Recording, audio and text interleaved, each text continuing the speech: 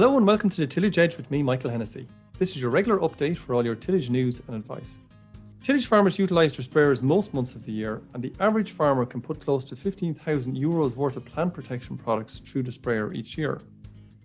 Given all of these plant protection products are applied to do a specific job, there's a huge incentive for the farmer to make sure the spray hits the target and works effectively. Minimising spray drift on the farm is important not only for this reason, but also to protect water bodies, the user, the general public, and the broader environment. Sprayer technology has come a long way in the past number of years, and farmers are now using precision technology to improve the spraying operation on farm. I'm delighted today to be joined by John Kelleher, a farmer in Cork, his Teagasc advisor Michael McCarthy, and Ciaran Collins, a tillage specialist based in Cork. I first want to come to you, Ciaran, and ask you, how would you rate how well farmers are applying sprays at the moment? Oh, Michael, I'd say very well, really. And like you said, there is a lot of money that goes through the sprayer with plant protection products and that. And I would say that there are a number of factors really in why we've seen a great improvement in recent years. And I think one of them is certainly Thames has made a huge difference. So we've certainly seen a big upgrade in sprayers that are available now. And it's amazing when you're walking crops and sometimes you start to see these tiny little triangles in fields, where people are using the likes of auto shut off and that. So I think the accuracy has increased, dramatically really in the last number of years. And I think Thames is a big role to play. But there's also, I suppose, through SUD, we've certainly seen the training of all the professional users, all farmers. And I think that's been a big help as well. And then we have the sprayer testing.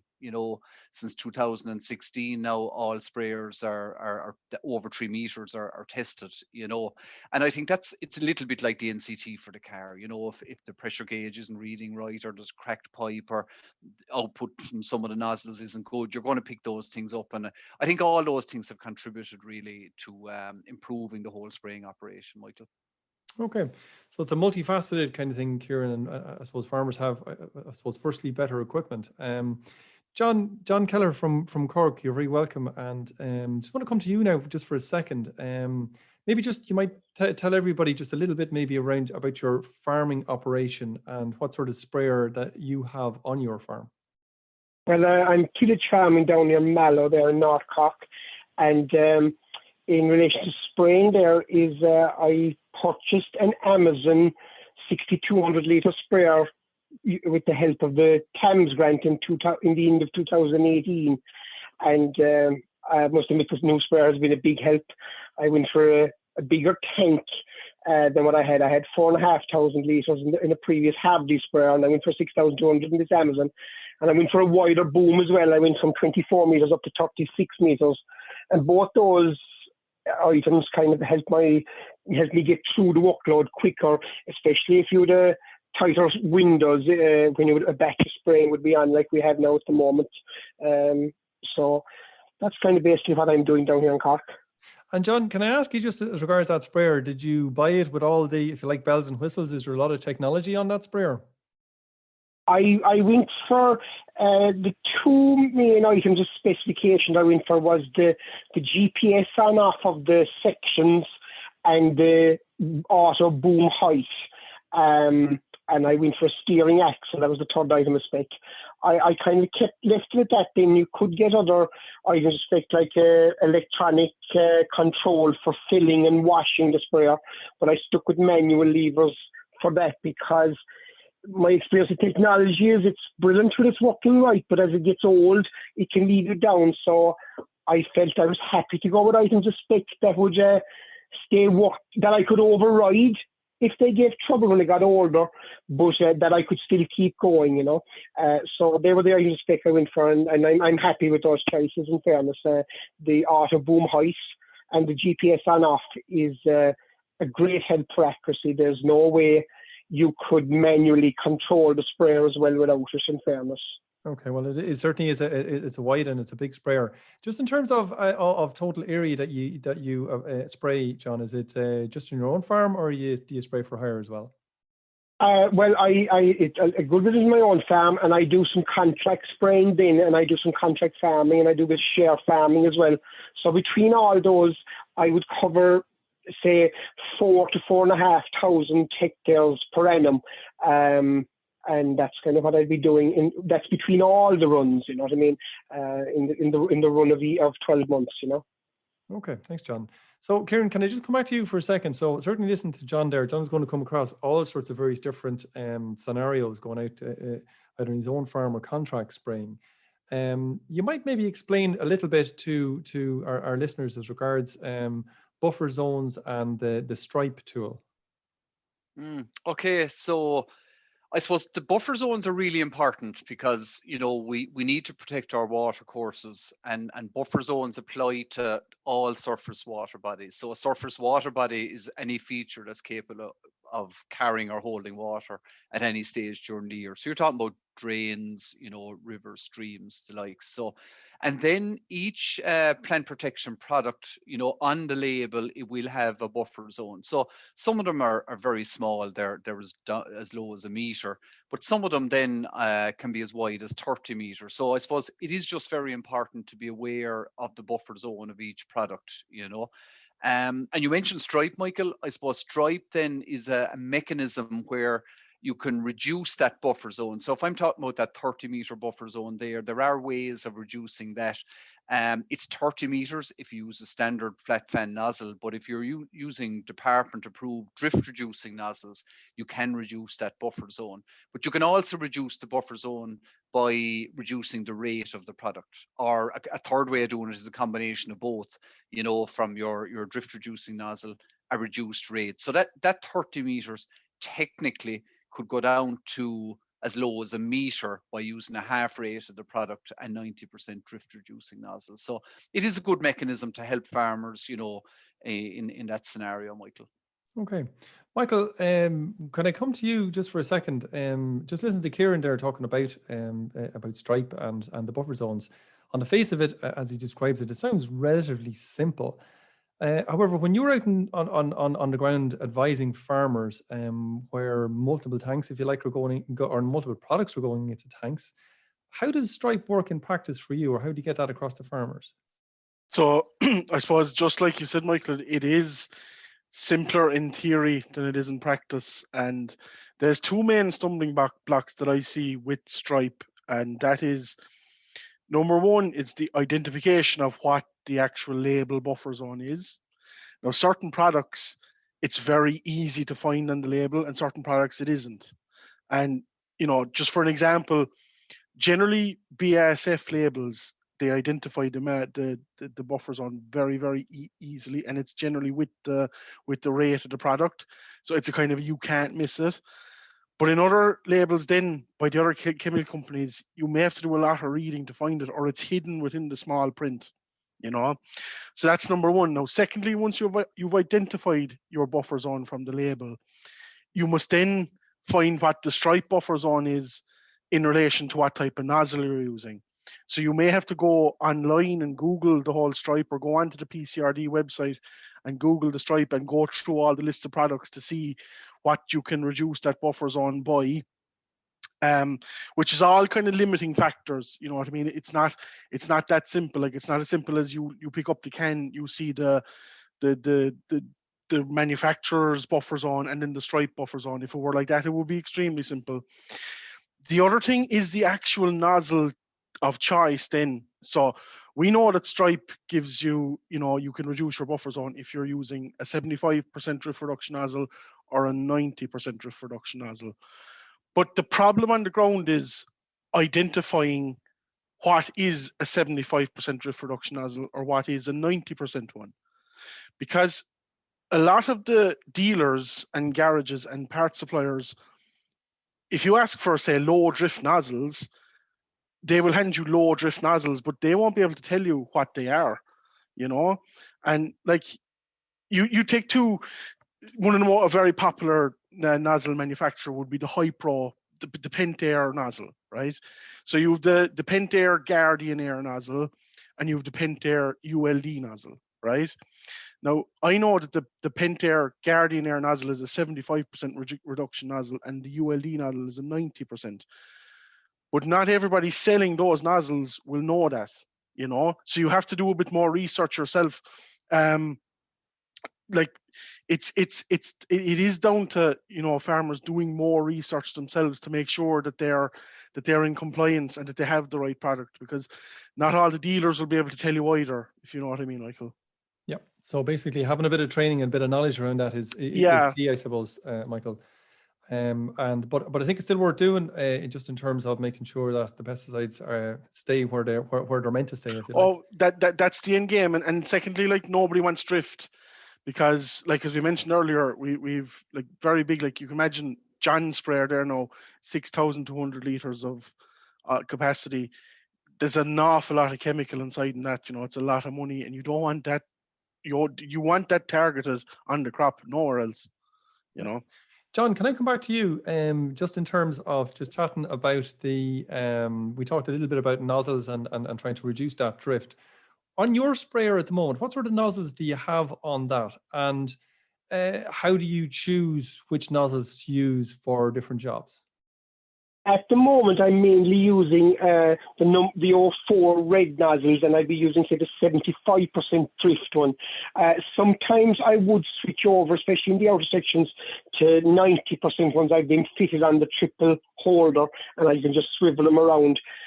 I'd mainly do that if I was spraying alongside a large river. Like I farm some ground on the banks of the Blackwater River now, which is quite a sensitive area. There's a lot of fisheries there, and there's a good bit of responsibility to make sure not to upset anybody. So, but overall, I use the 75% 04s mainly, because I find the 90% makes a very big droplet. And especially if you have to slow down, especially on headlands, and the headland would invariably be by the bank of a river. If you slow down, the pressure will drop. And I thought that the droplets coming out of the 90% are quite large, and it's more of a splashing effect than a spraying effect. So I would say maybe 80-90% of the time I use the 75%, and only for specific reasons would I switch over to the 90%. Maybe I should switch over to 90% more, but that's the kind of the reality on the ground, in fairness. Okay. And John, I suppose a lot of people, a lot of farmers out there probably have still flat fans in their sprayers, and probably use them maybe more often than you should do. You mentioned that you have kind of the triple holder on your sprayer. Do you have a flat fan, or have you decided that? I have a flat fan. I have a blue flat fan as well. But I'll tell you the truth, I say I almost never use it. I just got them because I was trying to decide in the beginning what nozzles do I want. So I said I'd kind of pick what I thought I'd use most. But I almost never use the flat fans now. I used to always use flat fans up until I changed the sprayer, because before I had this sprayer, I'd have the twin system, which is have this airbag boom. And with that system, you could basically use any kind of nozzle, a flat fan, a cone, anything, because the airbag was blowing a film of air down behind the spray pattern and blowing that onto the crop, and you did get very good coverage with the airbag, in fairness. So to be fair, up until I got the new sprayer without the airbag, I actually wasn't overly knowledgeable on different nozzles and what was available. And when I did decide to go away from the airbag eventually, I was amazed at how much nozzle technology had come on over the years, since I kind of stopped studying nozzles because I didn't need to study them with the airbag system. But now, in fairness, the newer lower drift nozzles have gone a fair way in closing the gap from what fan nozzles used to be able to do, but they haven't fully achieved it as good as the airbag. But good enough in reality. I don't notice any difference in the yields of my crops. So sure, at the end of the day, sure, isn't that the real thing? The gross margin at the end of the day, and as long as you're not polluting everyone, sure, that's what you're after. And can I just ask you a question of why you decided that airbags weren't for you anymore? Was it because you couldn't get that size of sprayer, or it was just uneconomical to keep going? There was a few reasons, mainly economical, but there was a few reasons. One criteria I wanted to achieve is I wanted a sprayer that could do both 24 meters, 12 meters, 24 meters, and 36 meters for different size farms, different size customers, different size applications, 24, 36 being an important criteria, because there is a number of people who I do spraying for, and they spread their own fertilizer at 24 meters, so therefore they wanted sprayed at 24 as well. And with the airbag, you couldn't get that. You could get a 36 meter with airbag, but when it folded, it went straight to 18 meters. There was no 24 meter option. So that was one reason. But the second and most important reason was the figures, because with the TAMS grant, the grant was worked out at a figure multiplied by the litres inside in the tank. So therefore, the more litres of water that the larger grant you could claim. So for the same amount of money in a non-airbag, I could buy a bigger tank with a standard boom, but I could claim more grant, if you can understand how I'm explaining myself. And I suppose with the end result with the nozzles, as you're saying, you're ending up with a very similar result anyway. So well, all around seems like I discussed this with Michael McCarthy one day, actually, and I think what I concluded, he asked how I was getting on, and I think we'll just say the airbag with any kind of nozzle, we call it a fan nozzle, was doing a 100% coverage job and reducing drift, 100% job. I would think that the low drift nozzles would contribute maybe with 1/3 of a benefit of that now versus fan, and I would think that the auto boom height would be contributing at least another 1/3, maybe slightly more of a benefit, because you could run the boom lower to the crop and the spray hasn't had a chance to drift before it lands on the crop.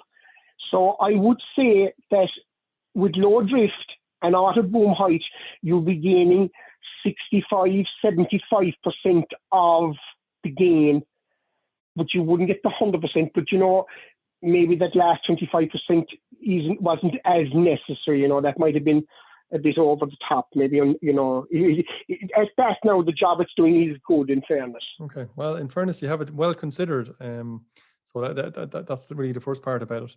Michael, can I just one quick question to you, Michael? Obviously, the having buffer zones and making sure drift is minimized, but there's obviously when sprayers are being filled with the chemistry in the first place, there's a lot of empty containers, and there's disposal of those containers. Maybe you might just step us through the critical 2 or 3 kind of steps that a farmer should look at in this area. Okay, so there really is 3 areas that need to be watched here, and you mentioned, Michael, the filling of the sprayer and the disposal containers, but there's also the disposal of the sprayer washings themselves. So when you wash a sprayer, most sprayers now have their own system of washing. They carry their own clean water tanks. You are supposed to wash your washings on the crop you've just sprayed, okay? And that's very important, so people need to be aware of that. You can't just wash sprayer in a concrete yard and it flows off into the nearest water course.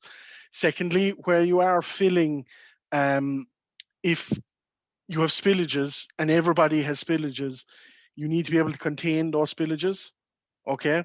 And again, the whole idea is that we don't want pesticide getting into water bodies unnecessarily. That's the goal here, is to keep that down.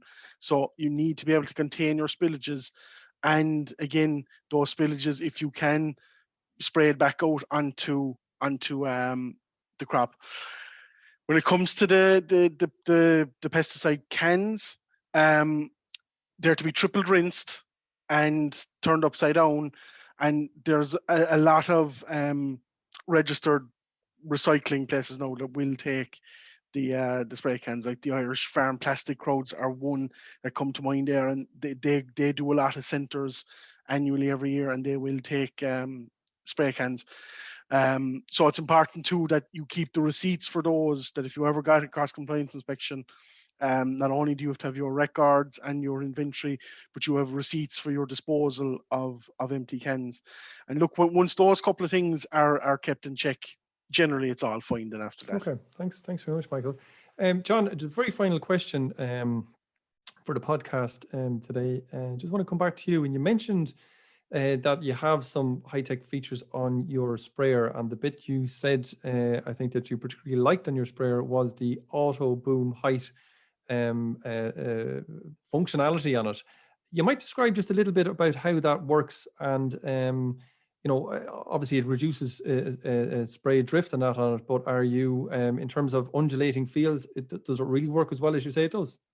It does, in fairness to it. Now, there's sensors out in the boom on both sides, and say when the sprayer is turned on, it goes down to a preset height. You can change that preset height in the control panel as you're driving along, if you so wish.